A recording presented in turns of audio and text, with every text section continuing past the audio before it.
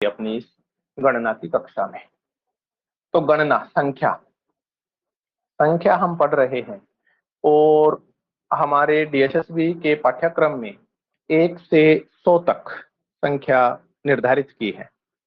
उनका वाक्यों में प्रयोग और पुल्लिंग, स्त्रीलिंग, नपुंसकलिंग, एक वचन, द्विवचन, बहुवचन, छोटी छोटी कुछ बातें हैं। बहुत ज्यादा टॉप विषय हो ऐसा कुछ नहीं है। जैसे संस्कृत में सबसे सरल टॉपिक है छंद, तो छंद जैसा ही सरल है गणना। ठीक है, वैसे तो जो पढ़ने वाला है उसके लिए कोई सरल नहीं, पढ़ने वाले के लिए कुछ कठिन नहीं होता और न पढ़ने वाले के लिए कुछ सरल नहीं होता, लेकिन फिर भी देखा जाता है तुलनात्मक अध्ययन में तो सबसे सरल विषय होता है छंद। और वैसे ही जैसा छंद सरल है वैसा ही सरल है गणना। तो हम सबसे पहले देख रहे हैं, एक से शुरू करते हैं। एक के रूप हमेशा एक वचन में ही चलते हैं, एक वचन में ही चलते हैं। और अगली बात तीनों लिंगों में, इस पर बाद में आएंगे।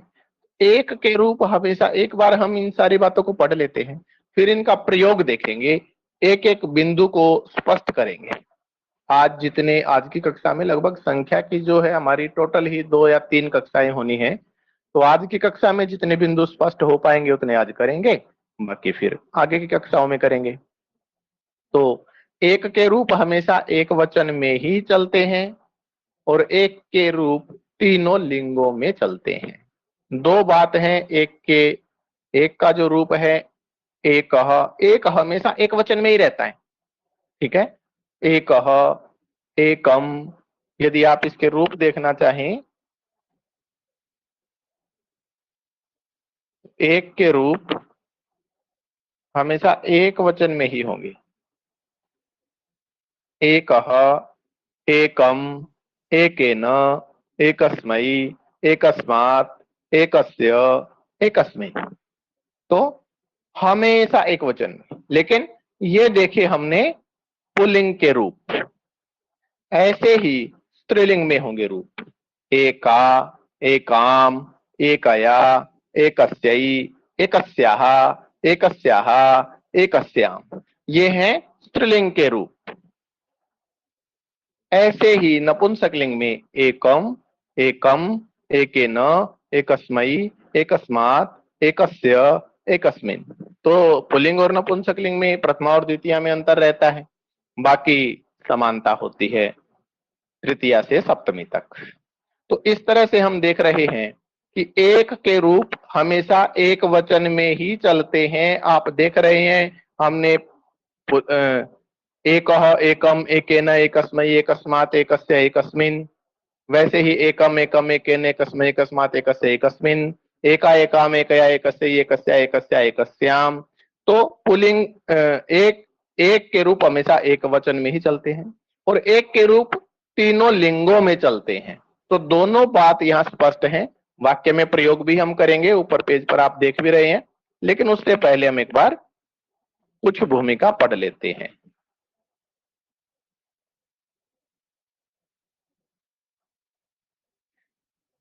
तो देखिए, एक के रूप हमेशा एक वचन में ही चलते हैं और एक के रूप तीनों लिंगों में चलते हैं। उससे आगे दो के रूप हमेशा द्विवचन में ही चलते हैं। एक के रूप हमेशा एक वचन में और दो के रूप हमेशा द्विवचन में चलते हैं। एक के रूप भी तीनों लिंगों में चलते हैं और दो के रूप भी तीनों लिंगों में चलते हैं। आगे पढ़ेंगे इस दो के रूप को भी। तो दो बिंदु हमने स्पष्ट किए हैं। दो बिंदुओं में दो बातें दोनों की हैं और इनकी बातों में समानता है। एक के रूप हमेशा एक वचन में चलते हैं और दो के हमेशा द्विवचन में। ये तो है असमानता। एक हमेशा एक वचन में और दो हमेशा द्विवचन में। और एक के रूप तीनों लिंगों में चलते हैं तो दो के रूप भी तीनों लिंगों में चलते हैं, पुल्लिंग, स्त्रीलिंग और नपुंसकलिंग। तो यहां तक की बात हमारी हुई स्पष्ट। उसके बाद है 3। तो यहाँ थोड़ा सा आपस में नियम जो हैं एक दूसरे में गुम्फित से दिखाई देंगे, तो हमें थोड़ा सा एकाग्रता से ध्यान से यदि देखेंगे तो बिल्कुल समझ में आने वाला विषय है। 3 से 18 तक, 3 से अष्टादशन तक, इसके सारे शब्दों के रूप केवल और केवल बहुवचन में ही चलेंगे। तीन हमेशा बहुवचन में ही होगा, एक वचन या द्विवचन में तीन का कोई रूप नहीं मिलेगा। वैसे ही 4, 5, 6, 7, 8, 9, 10, 11, 12, 13, 14, 15, 16, 17, 18, 18 तक, 3 से 18 तक के सारे रूप हमेशा बहुवचन में ही चलेंगे। यहां तक की बात क्लियर है। अब लिंग का इसमें अभी नहीं कहा है, लिंग की बात आगे आएगी। यहां पर 1 और 2 में पहले बताया था कि कौन से वचन में, एक एक वचन में, दो द्विवचन में, और साथ में ये बताई थी कि तीनों लिंगों में, तीनों लिंगों में। लेकिन यहां पर 3 से 18 तक की बात बताइए, लेकिन केवल वचन से संबंधित बताई है कि 3 से 18 तक के सारे शब्दों के रूप केवल बहुवचन में ही चलेंगे। अभी लिंग के बारे में कुछ नहीं बताया है, ठीक है। हाँ, इतना जरूर बता दिया किसकी तरह से रूप चलेंगे, ये भी 10 से अलग करके। 3, 4, 5, 6, 7, 8, 9 यहां तक का कुछ नहीं बताया अभी। लेकिन दशन से अष्टादशन, 10, 11, 12, 13, 14, 15, 16, 17, 18, दशन, एकादश, द्वादश, त्रयोदश, चतुर्दशन, पंचदश, षोडश, सप्तदश और अष्टादश। तो दशन से अष्टादशन तक के रूप दशन के तुल्य चलेंगे। अब दशन के रूप हम देखेंगे, ठीक है। उससे आगे अब लिंग के बारे में बता रहा है। 1 से 4 तक, 1 से चतुर तक रूप जो है तीनों लिंगों में अलग अलग चलेंगे। देखिए इसका संबंध यहां से और यहां से है, अर्थात 1, 2, 3 और 4 इनके रूप तीनों लिंगों में अलग अलग चलेंगे। पुल्लिंग में अलग होंगे, जैसे हमने पढ़ा एकः पुल्लिंग में, स्त्रीलिंग में एका, नपुंसकलिंग में एकम। वैसे ही 1, 2, 3, 4, 1 से 4 तक के रूप तीनों लिंगों में अलग अलग चलेंगे। स्पष्ट है। उसके बाद तो यहां तक की बात स्पष्ट है। आगे बढ़ रहे हैं। 5 से 18, पंचन से अष्टादशन, यहां पर लिखा था 3 से 18, ठीक है। ये था वचन की दृष्टि से 3 से 18 तक के सारे शब्दों के रूप केवल बहुवचन में चलेंगे। लेकिन ये बात है अब लिंग की दृष्टि से। तो लिंग की दृष्टि से 4 तक बात स्पष्ट हो चुकी है। दो ही दृष्टियां यहां पर मुख्यतया हैं, एक वचन की दृष्टि से, एक लिंग की दृष्टि से। तो वचन की दृष्टि से देखें तो 1 हमेशा एक वचन में, 2 हमेशा द्विवचन में और 3 से 18 तक हमेशा बहुवचन में। वचन की दृष्टि ये हुई। और लिंग की दृष्टि से देखें तो 1 तीनों लिंगों में, 2 के भी तीनों लिंगों में, 3 के भी तीनों लिंगों में, 4 के भी तीनों लिंगों में। लेकिन 4 से आगे 5 से 18 तक, पंचम से अष्टादशन के रूप, अष्टादशन तक के रूप तीनों लिंगों में एक समान होते हैं। जैसे पंच, पंच, षट, सप्त, अष्ट, नव, दश, एकादश, द्वादश, त्रयोदश, चतुर्दश, पंचदश, षोडश, सप्तदश, अष्टादश। 5 से 18 तक चाहे पुल्लिंग के लिए प्रयोग करो, पंच बालकाः गच्छन्ति, पंच बालिकाः गच्छन्ति, पंच पत्राणि पतन्ति। सबके लिए 5 का मतलब पंच, पुल्लिंग, स्त्रीलिंग, नपुंसकलिंग, सबके लिए एक जैसा प्रयोग। ऐसे ही 5 से 18 तक का प्रयोग होगा। तीनों लिंगों में समान रूप रहेंगे, अलग अलग रूप नहीं होंगे। तो ये तो बात हुई वचन और लिंग की दृष्टि से 18 तक की। 18 तक की बात हमारी स्पष्ट हो चुकी है, 1 से 18 तक की। अब हम आते हैं 19, 19 से 99, 99 तक। 19 से 99 तक, 19 से 99 तक के सारे शब्द एक वचनांत होते हैं और स्त्रीलिंग होते हैं। देखिए यहां पर दोनों बातें, जैसे 1 और 2 में एकम और 1 और 2 में सारी बातें, दोनों बातें स्पष्ट लिख दी थी, वैसे ही यहां छठे बिंदु पर आकर के दोनों बातें स्पष्ट लिखी हुई हैं कि 19 से 99 तक के सारे शब्द एक वचन में चलेंगे। 19 का प्रयोग करेंगे तो एक वचन में रूप चलेगा। 19 बालकाः गच्छन्ति, 19 बालक जाते हैं, तो 19 हमेशा एक वचन का रूप चलेगा। 19 बालकों का पिता यहां भोजन कर रहा है, तो 19 लिखेंगे तो षष्ठी लगेगी, एक वचन की लगेगी 19 में। वैसे ही 19 से 99 तक के सारे शब्द एक वचनांत होंगे और नित्य स्त्रीलिंग होंगे। किसी भी दृष्टि से पेपर में पूछा जा सकता है, वाक्य प्रयोग करके पूछा जा सकता है कि भी एक उसने लिख दिया कि नवनवति ही रूप लिख दिया कि ये इसका कौन सा लिंग है, कौन सा ये वचन है। तो आपको क्लियर याद रहना चाहिए कि 19 से 99 तक के सारे शब्द हमेशा एक वचनांत होते हैं और उनका लिंग हमेशा स्त्रीलिंग होता है। इनके रूप एक वचन में ही चलते हैं। तो यहां तक की बात क्या आप लोगों को स्पष्ट है? यदि किसी को स्पष्ट ना हो, कोई पूछना चाहता हो तो जरूर पूछे, फिर मैं अगले पेज पर बढ़ रहा हूं। आपका रिस्पॉन्स मिले एक बार, फिर मैं अगले पेज पर बढ़ू। अनिल जी, पूनम जी, राजबाला जी, कोई भी एक बताए। हाँ जी सर, आगे बढ़े।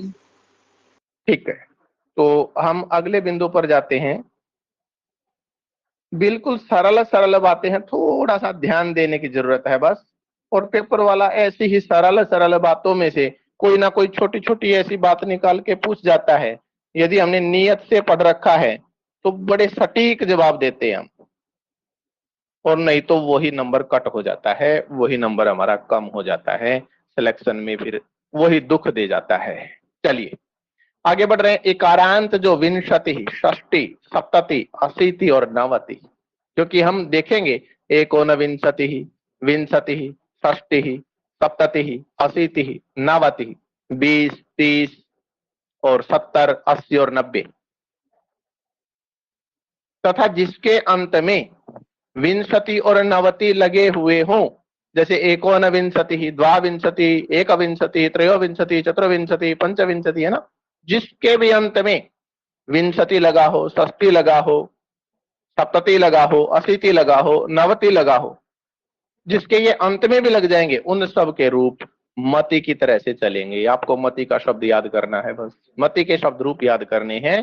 तो विंशति, षष्टि, सप्तति, अशीति, नवति, इनके रूप मति की तरह से चलेंगे, और जिसके अंत में ये लगे हुए होंगे उनके रूप भी मति की तरह से चलेंगे।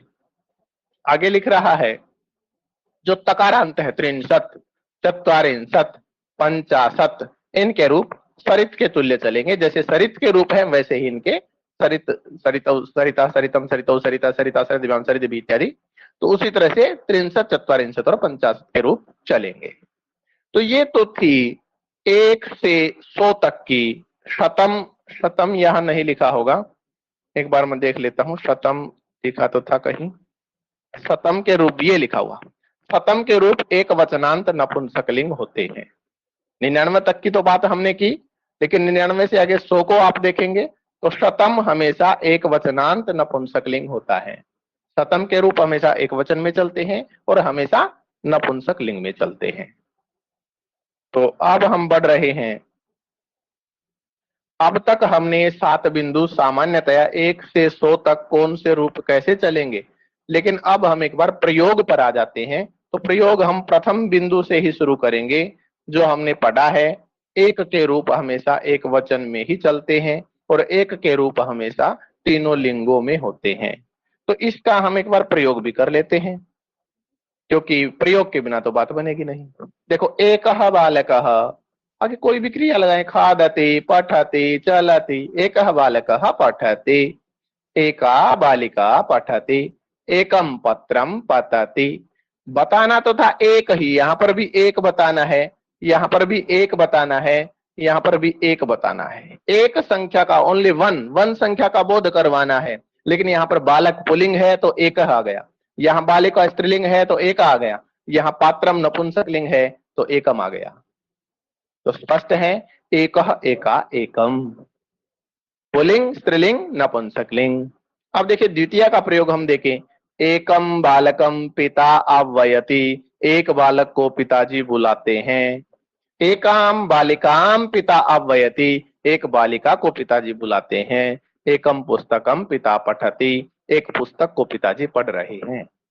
तो एकम एकाम एकम, एकह एका एकम, एकह एका एकम, एकम एकाम एकम, पुल्लिंग स्त्रीलिंग नपुंसकलिंग, पुल्लिंग स्त्रीलिंग नपुंसकलिंग।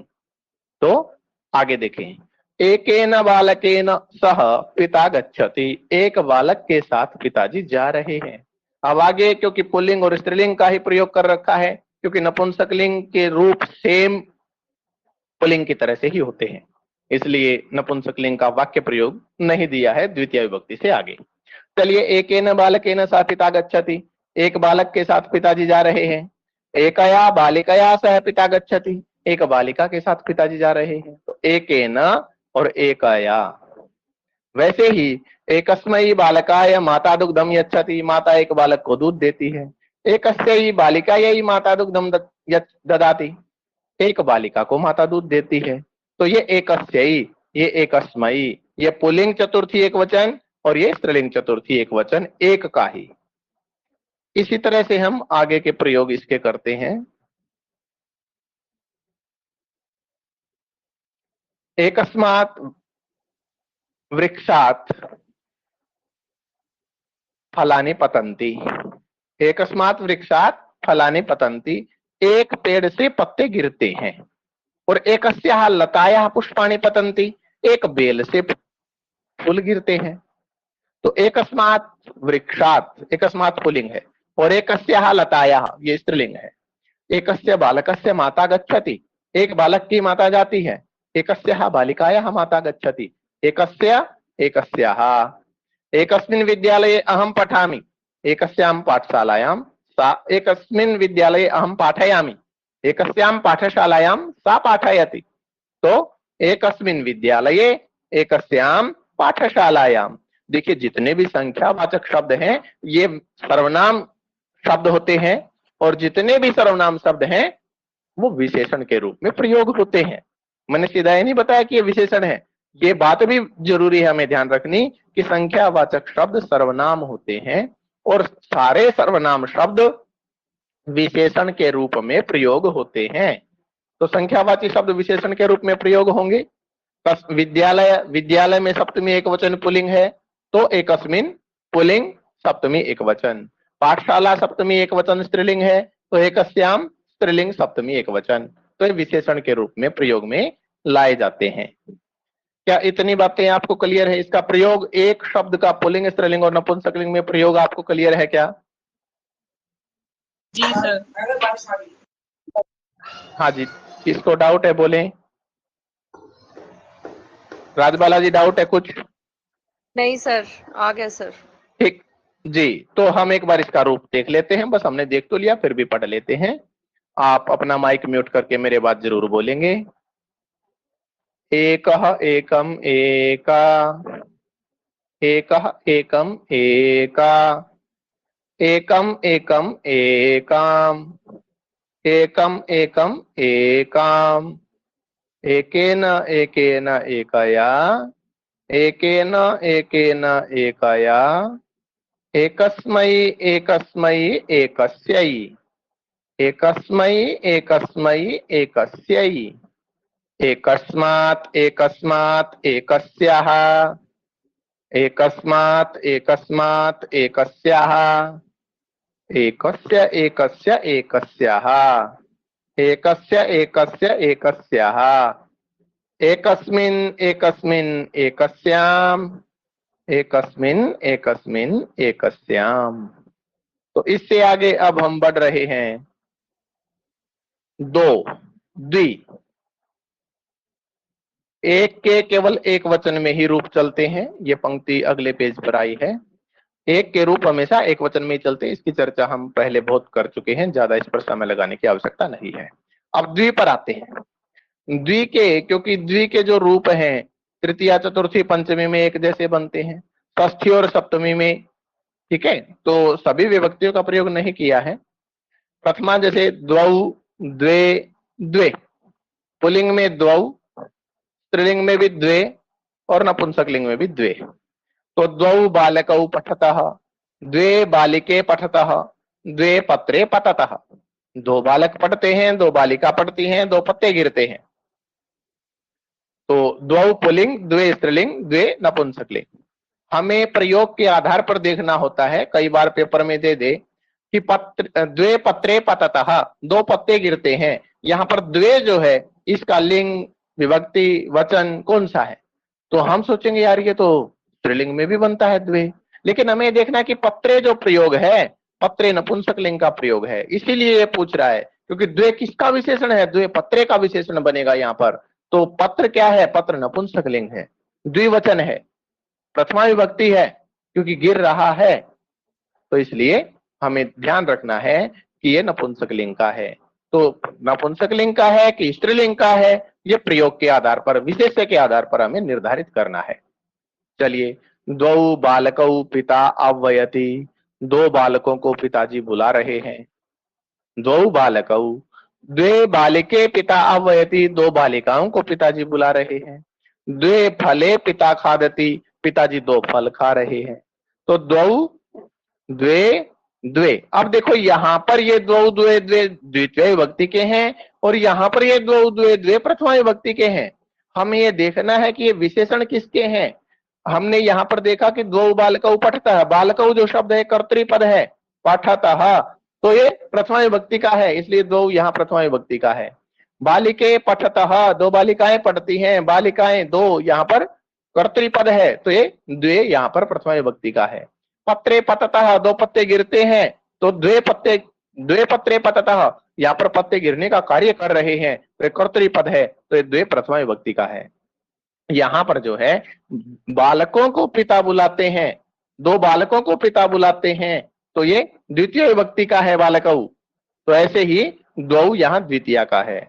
ऐसे ही बालिके, दो बालिकाओं को पिताजी बुला रहे हैं, तो द्वितीय विभक्ति का, इसलिए द्वे द्वितीय का है। हमें विशेष्य के आधार पर, संख्यावाचक पद हमेशा विशेषण होते हैं, संख्यावाचक पद जिस विशेष्य के विशेषण है उस विशेष्य के आधार पर कई बार ये निर्धारित करना पड़ता है कि ये शब्द प्रथमा में भी बनता है, द्वितीय में भी बनता है, तो ये है कौन सी विभक्ति का, हमें देखना पड़ेगा वाक्य के भाव के अनुसार, सेंटेंस की सेंस के अनुसार कि भाई इसमें कौन सी विभक्ति और कौन सा वचन है। तो द्वितीय के बाद हम तृतीय चतुर्थी पंचमी में द्वाभ्याम द्वाभ्याम द्वाभ्याम, द्वयोः द्वयोः द्वयोः, यही बनता है। तो द्वाभ्याम बालकाभ्याम, द्वाभ्याम बालिकाभ्याम सह पिता गच्छति। पुल्लिंग स्त्रीलिंग नपुंसकलिंग तृतीया चतुर्थी पंचमी सब में द्वाभ्याम बनता है। ठीक है, पुल्लिंग में भी द्वाभ्याम बनता है, स्त्रीलिंग में भी द्वाभ्याम बनता है, नपुंसकलिंग में भी द्वाभ्याम बनता है, तृतीया में भी, चतुर्थी में भी, पंचमी में भी। तो मैंने तृतीया का प्रयोग यहाँ करके दिखा दिया है, चतुर्थी और पंचमी का प्रयोग यहाँ नहीं किया है, तो आप इसको इस ढंग से समझ लें। दो द्वाभ्याम बालकाभ्याम सह पिता गच्छति, दो बालकों के साथ पिताजी जाते हैं। द्वाभ्याम बालिकाभ्याम सह पिता गच्छति, दो बालिकाओं के साथ पिताजी जाते हैं। ऐसे ही षष्ठी और सप्तमी, पुल्लिंग स्त्रीलिंग और नपुंसकलिंग सब में बनता द्वयोः। तो द्वयोः बालिकयोः माता कार्यम करो, द्वयोः बालकयोः माता कार्यम करोति, दो बालकों की माता काम करती है। द्वयोः बालिकयोः माता कार्यम करोति, दो बालिकाओं की माता काम करती है। तो अब इसका हम रूप देख लेते हैं। क्या इसमें किसी को कोई संदेह? हानि जी, पूनम जी, राजबाला जी? नहीं सर, कोई संदेह नहीं। जी, चलिए हम आगे बढ़ रहे हैं। तो दो के रूप एक बार जरूर हम बोल लेंगे। यद्यपि हमें याद है, फिर भी छोटी छोटी बारीक बारीक बातें हैं, इनको बार बार पढ़ेंगे तो जरूर हम कोई ना कोई एक ना एक बात जरूर सीखते रहेंगे। जितनी बार भी पढ़ेंगे एक बात हम जरूर सीखेंगे, एक दो बातें नई जरूर सीखते रहेंगे। और एग्जाम वाला वही छोटी छोटी बातें निकाल के पूछ रहा होता है। द्वौ द्वे द्वे, द्वौ द्वे द्वे, द्वौ द्वे द्वे, द्वौ द्वे द्वे, द्वाभ्याम द्वाभ्याम द्वाभ्याम, द्वाभ्याम द्वाभ्याम द्वाभ्याम, द्वाभ्याम द्वाभ्याम द्वाभ्याम, द्वाभ्याम द्वाभ्याम द्वाभ्याम, द्वाभ्याम द्वाभ्याम द्वाभ्याम, द्वाभ्याम द्वाभ्याम द्वाभ्याम, द्वयोः द्वयोः द्वयोः, द्वयोः द्वयोः द्वयोः, द्वयोः द्वयोः द्वयोः, द्वयोः द्वयोः द्वयोः। तो दो के रूप केवल द्विवचन में ही चलेंगे, एक वचन और बहुवचन में दो के रूप नहीं चलेंगे। दो के रूप केवल और केवल द्विवचन में ही चलेंगे और तीनों लिंगों में चलेंगे। ये बात मेरे विचार में अब पूर्णतया स्पष्ट हो चुकी होगी। फिर भी किसी को कुछ संदेह रहता है तो बिल्कुल पूछ सकता है, स्वागत है। तो अब हम बढ़ रहे हैं आगे। तीन, त्रि का रूप। तो त्रयः बालकाः गच्छन्ति, तिस्रः बालिकाः गच्छन्ति, त्रीणि पत्राणि पतन्ति। तीन बालक जाते हैं, तीन बालिकाएं जाती हैं और तीन पत्ते गिरते हैं। तो त्रयः, तिस्रः, त्रीणि। पुल्लिंग में त्रयः, स्त्रीलिंग में तिस्रः और नपुंसकलिंग में त्रीणि। अब हम बढ़ रहे हैं द्वितीया पर। तीन बालकान माता दुग्धम पाययति। तीन बालकों को माता दूध पिलाती है। तिस्रः बालिकाः माता दुग्धम पाययति। तीन बालिकाओं को माता दूध पिलाती है। वैसे ही त्रीणि पत्राणि, त्रीणि पत्राणि सेवकः स्वीकरोति। वाक्य लिखा नहीं है मैंने यहाँ पर। त्रीणि पत्राणि सेवकः स्वीकरोति। तीन पत्तों को नौकर उठाता है, लेता है, स्वीकार करता है। तो त्रीन, तिस्रः, त्रीणि। त्रीन, तिस्रः, त्रीणि। उसके बाद तृतीय विभक्ति। त्रिभिः बालकैः सह भ्राता गच्छति। तीन बालकों के साथ भाई जाता है। तिस्रिभिः बालिकाभिः सह भ्राता गच्छति। तीन बालिकाओं के साथ भाई जाता है। तो बालकैः त्रिभिः, बालिकाभिः तिस्रिभिः। पुल्लिंग त्रिभिः, स्त्रीलिंग तिस्रिभिः। त्रिभ्यः बालकेभ्यः माता दुग्धम ददाति। तीन बच्चों को माता दूध देती है, तीन बालकों को माता दूध देती है। तिस्रिभ्यः बालिकाभ्यः माता दुग्धम ददाति। तीन बालिकाओं को माता दूध देती है। पुल्लिंग त्रिभ्यः, स्त्रीलिंग तिस्रिभ्यः। ऐसे ही त्रिभ्यः वृक्षेभ्यः फलानि पतन्ति। तीन पेड़ों से फल गिरते हैं। और तिस्रिभ्यः लताभ्यः फलानि पतन्ति। तीन बेलों से फल गिरते हैं। तो पुल्लिंग के लिए त्रिभ्यः, स्त्रीलिंग के लिए तिस्रिभ्यः। त्रयाणाम बालकानाम पिता गच्छति। तीन बालकों का पिता जाता है। त्रयाणाम। तिस्रीणाम बालिकानाम पिता गच्छति। तीन बालिकाओं का पिता जाता है। तो पुल्लिंग त्रयाणाम, स्त्रीलिंग तिस्रीणाम। त्रिषु विद्यालयेषु बालकाः पठन्ति। तीन विद्यालयों में बालक पढ़ते हैं। तिस्रीषु पाठशालासु बालकाः पठन्ति। तीन पाठशालाओं में बालक पढ़ते हैं। पुल्लिंग त्रिषु और स्त्रीलिंग तिस्रीषु। तो ये प्रयोग आपको स्पष्ट होंगे। किसी को फिर भी शंका है तो जरूर पूछे। सर ये बताइए, इसमें जो त्रयाणाम बालका नाम पिता गच्छति, तो यहाँ पे गच्छति की जगह गच्छन्ति नहीं आएगा सर? यहाँ कौन सा वाक्य? षष्ठी में है जो सर, बालका नाम पिता गच्छति। हाँ, जाने का काम कौन कर रहा है राजबाला जी? पिता सर। पिता कितने हैं? एक है सर। तो गच्छति आएगा, गच्छन्ति? पिता के एक के साथ तो सर गच्छति आएगा। बस फिर स्पष्ट है। जी सर। क्योंकि तीन बालकों का गच्छति, कहो गच्छति, पिता गच्छति। किनका पिता? बालकों का पिता। कितने बालकों का? तीन बालकों का। ठीक है। हमें कोई भी बात समझ नहीं आए, चाहे श्लोक ना आए, चाहे गद्य ना आए, तो कर्ता और क्रिया को ढूंढ लो। ठीक है। गच्छति जाता है। कौन जाता है भाई? पिता गच्छति। किनका पिता? बालका नाम पिता गच्छति। कितने बालकों का पिता? त्रयाणाम बालका नाम पिता गच्छति। तो इस तरीके से हम वाक्य को समझ लें। ठीक है सर जी। तो हम आगे बढ़ रहे हैं। एक बार त्रि के रूप आप बोलेंगे माइक म्यूट करके मेरे साथ साथ। त्रयः तिस्रः त्रीणि। त्रयः तिस्रः त्रीणि। त्रीन् तिस्रः त्रीणि। त्रीन् तिस्रः त्रीणि। त्रिभिः तिस्त्रिभिः। नपुंसकलिंग के नहीं लिखे क्योंकि पुल्लिंग की तरह से ही होते हैं, फिर भी बोल लेते हैं। त्रिभिः तिस्त्रिभिः त्रिभिः। त्रिभ्यः तिस्रिभ्यः त्रिभ्यः। त्रिभ्यः तिस्रिभ्यः त्रिभ्यः। त्रिभ्यः तिस्रिभ्यः त्रिभ्यः। त्रिभ्यः तिस्रिभ्यः त्रिभ्यः। त्रयाणां तिस्रीणां त्रयाणां। त्रयाणां तिस्रीणां त्रयाणां। त्रिषु तिस्त्रिषु त्रिषु, त्रिषु तिस्त्रिषु त्रिषु। तो 3 के रूप केवल बहुवचन में ही चलते हैं। तो गणना की कक्षा हमारी यही पूर्णता को प्राप्त होती है। आपके जो संदेह हो